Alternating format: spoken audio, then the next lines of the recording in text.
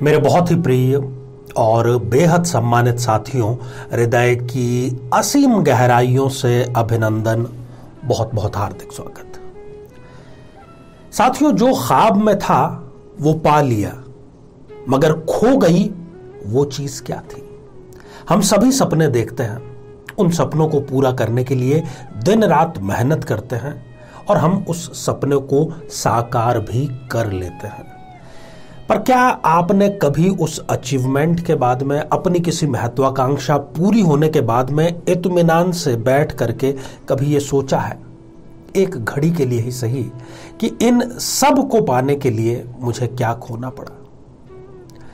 कुछ भी घुमा फिरा कर हम बातचीत नहीं करने वाले हैं। ये जो श्रृंखला अभी चल रही है, ये खास तौर पर करियर को लेकर के डेडिकेटेड है। आपको जॉब करना चाहिए या बिजनेस करना चाहिए? आपको जॉब या बिजनेस करना चाहिए तो किस फील्ड में करना चाहिए? इन सब के उत्तर हम दे रहे हैं, क्योंकि बहुत आम समस्या है हमारे यहां पर कि जब व्यक्ति 40-50 साल का हो जाए और फिर वो देखे कि अरे, ये मैंने जीवन में ये क्या कर लिया। पैसा कमाया, प्रतिष्ठा भी कमाई, पर वो चीज तो रह गई। तो ऐसा मलाल ना हो। हम स्मार्ट तरीके से यदि डिसीजन ले लेते हैं, सही समय पर डिसीजन ले लेते हैं और यह पता लगा देते हैं कि हम आखिर क्या काम सही ढंग से कर सकते हैं, अपनी रुचि के अनुसार कर सकते हैं और उससे पैसा भी कमा सकते हैं और हमें वर्क का सेटिस्फैक्शन भी हो जाएगा, और ज्योतिष इसमें हमारी बहुत बड़ी सहायता करता है। आज इस एपिसोड में हम चर्चा करेंगे कुंभ लग्न की जन्म पत्रिका के बारे में। यदि आपका एपिसोड, आपके लग्न का एपिसोड देखने से यदि रह गया है तो यहां आई बटन में हम उसका लिंक प्रोवाइड करा रहे हैं ताकि जाकर के आप उसको देख सकें। तो साथियों, कुंभ लग्न पर विस्तार से हम चर्चा करें इससे पहले एक बेहद जरूरी सूचना कि हम हमारे प्रत्येक एपिसोड के अंत में किसी न किसी जातक के प्रश्न का उत्तर देते हैं, और ये प्रश्न हमें प्राप्त होते हैं आप लोगों के ही द्वारा यूट्यूब कमेंट के माध्यम से। तो जब भी आप अपना कमेंट लिखें, उससे पहले आपको लिखना है #आचार्य चंद्रकांत। इसके बाद में आप अपना कमेंट लिखिए, अपना प्रश्न पूछिए, और साथ ही इसी एपिसोड से संबंधित एक प्रश्न हम आपको इसी एपिसोड के अंत में पूछेंगे। उसका सही उत्तर साथ में लिखा होना जरूरी है, तभी हम कमेंट्स को शामिल कर पाएंगे। तो आइए साथियों, एक जन्म पत्रिका पर दृष्टिपात करते हैं और थोड़ा इसको आसानी से समझने का प्रयास करते हैं। ये जो आप एक जन्म पत्रिका देख पा रहे हैं, लग्न में लिखा हुआ है 11 नंबर का अंक, अर्थात ये हो गई एक कुंभ लग्न की जन्म पत्रिका। ठीक है, अब पहले मैं आपको कुछ ऐसे बिंदु बतलाने जा रहा हूं कि कुंभ लग्न में कब व्यक्ति को पढ़ाई ठीक से करना चाहिए, बल्कि यदि वो स्थितियां हो तो व्यक्ति पढ़ाई ठीक से ही करता है, और कई बार तो वो पढ़ाई के लिए बहुत बड़े बलिदान भी देता है। तो कुल मिलाकर के पढ़ाई और जॉब, इसके माध्यम से ही वो अपने जीवन में सब कुछ अचीव करता है, और उसको ऐसा करना भी चाहिए। सबसे पहली स्थिति, यदि इस जन्म पत्रिका में पंचमेश बुध और नवमेश शुक्र, इन दोनों की युति हो, ये युति बहुत आम युति है, परंतु यदि ये केंद्र या त्रिकोण में कहीं पर अवस्थित हो, दोनों अच्छी डिग्रियों में हो, तब फिर इस व्यक्ति को अच्छी शिक्षा, खासतौर पर उच्च शिक्षा भी मिलती है, और ये जॉब के माध्यम से बड़े बड़े पदों पर रहता है और अपने परिवार के सभी सपने ये पूरे करता है। साथियों, दूसरी स्थिति है द्वितीयेश को लेकर के, जो अति शुभ ग्रह है इस जन्म पत्रिका में, गुरु। द्वितीयेश इस जन्म पत्रिका में गुरु है। यदि गुरुदेव इस जन्म पत्रिका में केंद्र में या त्रिकोण में कहीं पर भी अवस्थित हो जाते हैं, बैठ जाते हैं, अच्छी डिग्रियों के होते हैं, तब भी इस व्यक्ति को पढ़ाई के माध्यम से ही सब कुछ प्राप्त करने का अवसर मिलता है।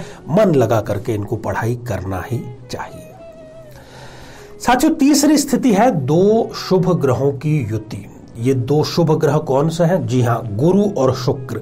यदि इन दोनों की युति केंद्र में या त्रिकोण में कहीं पर भी है, तब भी ये व्यक्ति खासतौर पर गुरु की दशा अंतरदशा में, शुक्र की दशा अंतरदशा में बहुत कमाल का, बहुत अच्छा कार्य करता है, और अपना और अपने परिवार का जो है ये नाम अच्छे से रोशन करता है, कोई मामूली ढंग से नहीं।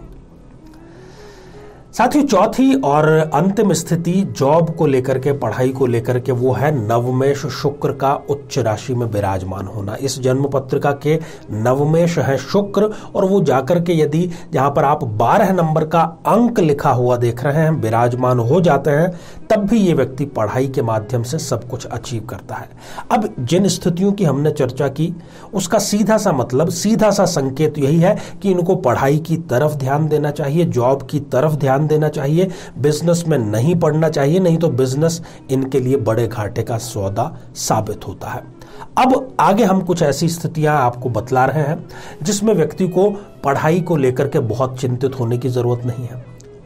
नहीं भी करेंगे, कम करेंगे तो भी चल जाएगा, और ऐसा नहीं अच्छा खासा चलेगा, क्योंकि अगली जो स्थितियां है वो है एक बिजनेसमैन की कुंडली की स्थिति। साथियों, सबसे पहले यदि लग्नेश शनि, इस जन्म पत्रिका में लग्नेश शनि है, यदि वो पंचम भाव में जाकर के बैठ जाए, सप्तम भाव में जाकर के बैठ जाए, नवम भाव में जाकर के बैठ जाए, या फिर वो द्वितीय भाव में जाकर के बैठ जाते हैं, इन सभी स्थितियों में जो जातक है वो एक सक्सेसफुल बिजनेसमैन या सक्सेसफुल बिजनेस वूमन बनती है। साथियों, दूसरी स्थिति यदि पंचमेश बुध नीच राशि के हो जाए, जहां पर कि आप 12 नंबर का अंक लिखा हुआ देख रहे हैं, यदि वहां पर विराजमान हो जाते हैं, तब भी व्यक्ति का पढ़ाई में मन नहीं लगता। पढ़ाई करने के नाम से उनको आलस्य और नींद तुरंत आना प्रारंभ हो जाती है। इसलिए इनको सही समय पर सही डिसीजन ले लेना चाहिए बिजनेस करने का। साथियों, तीसरी स्थिति है यदि पंचम भाव में ही राहु या केतु, इन दोनों में से कोई एक ग्रह यदि विराजमान है, इस व्यक्ति को वो पढ़ाई नहीं करने देगा। पढ़ाई में उसके बाधाएं निरंतर आती रहेगी, और उसको सही समय पर सही डिसीजन का अर्थ है बिजनेस का डिसीजन ले लेना चाहिए। साथियों, चौथी स्थिति यदि इस जन्म पत्रिका में नवमेश शुक्र नीच राशि के हो जाते हैं, 6 नंबर का जहां पर अंक लिखा हुआ है, यदि वहां पर जाकर के वो विराजमान हो जाते हैं, तब भी वो व्यक्ति को पढ़ाई से विमुख करेंगे, पढ़ना कुछ चाहेगा, एडमिशन किसी में होगा, और फिर जाकर के नतीजा इनका कुछ भी निकलेगा नहीं। तो ये सारी स्थितियों की हमने चर्चा की। अब देखते हैं कि यदि जॉब करना चाहिए तो किन क्षेत्रों में, और बिजनेस करना चाहिए तो किन क्षेत्रों से संबंधित। चिकित्सा, मेडिकल लाइन, पैरामेडिकल लाइन, सेना, पुलिस, कानून, इतिहास, टेक्नोलॉजी, एविएशन और स्पोर्ट्स, इन क्षेत्रों में से किसी भी अपने पसंदीदा क्षेत्र में यदि ये जातक, कुंभ लग्न का जातक कार्य करता है, तो वो शिखर को अवश्य छूता है। एक और बात कि यदि जिन ग्रहों की हमने चर्चा की उनमें कोई ग्रह 0 या 28, 29 जैसी अंतिम डिग्रियों का हो जाता है, वो बलहीन हो जाता है, तब फिर ये यहां पर प्रभावी बात नहीं रह पाएगी। तो आगे बढ़ते हैं और साथियों बात करते हैं आज के हमारे कमेंट के चरण की तरफ। तो आज हमने कमेंट शामिल किया है दीपक पंडित जी का, जो कि उन्होंने लिखा है आसनसोल, पश्चिमी बंगाल से। दीपक जी लिखता है कि एक प्रेमिका आपकी जिंदगी में थी, वो अभी आपसे दूर हो चुकी है, चली गई है। और दूसरा आपका प्रश्न है कि शादी आपकी कब तक हो पाएगी। देखिए, आपकी जन्म पत्रिका में पंचमेश स्वग्रही है, पंचम भाव से हम प्रेम का निर्णय लेते हैं, तो ये सबसे बड़ा संकेत है कि हो सकता है कि वो प्रेमिका आपकी जीवन में वापस आ जाए। दूसरा, आपके सप्तम भाव में गुरु है, जो कि दाम्पत्य जीवन को आपके खराब करने का कार्य करेंगे। स्थान हानि करो जीव। अब आपको करना क्या चाहिए?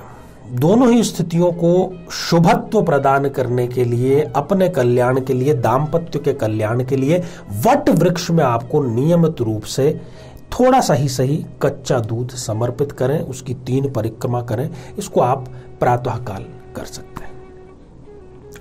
तो साथियों, अब आज का बेहद ही आसान सा प्रश्न। आज हमने चर्चा की कुंभ लग्न की, तो कुंभ लग्न में लग्नेश कौन सा ग्रह होता है? साथियों, आप सभी स्वस्थ, समृद्ध और शांतिपूर्वक जीवन व्यतीत करें। नमस्कार।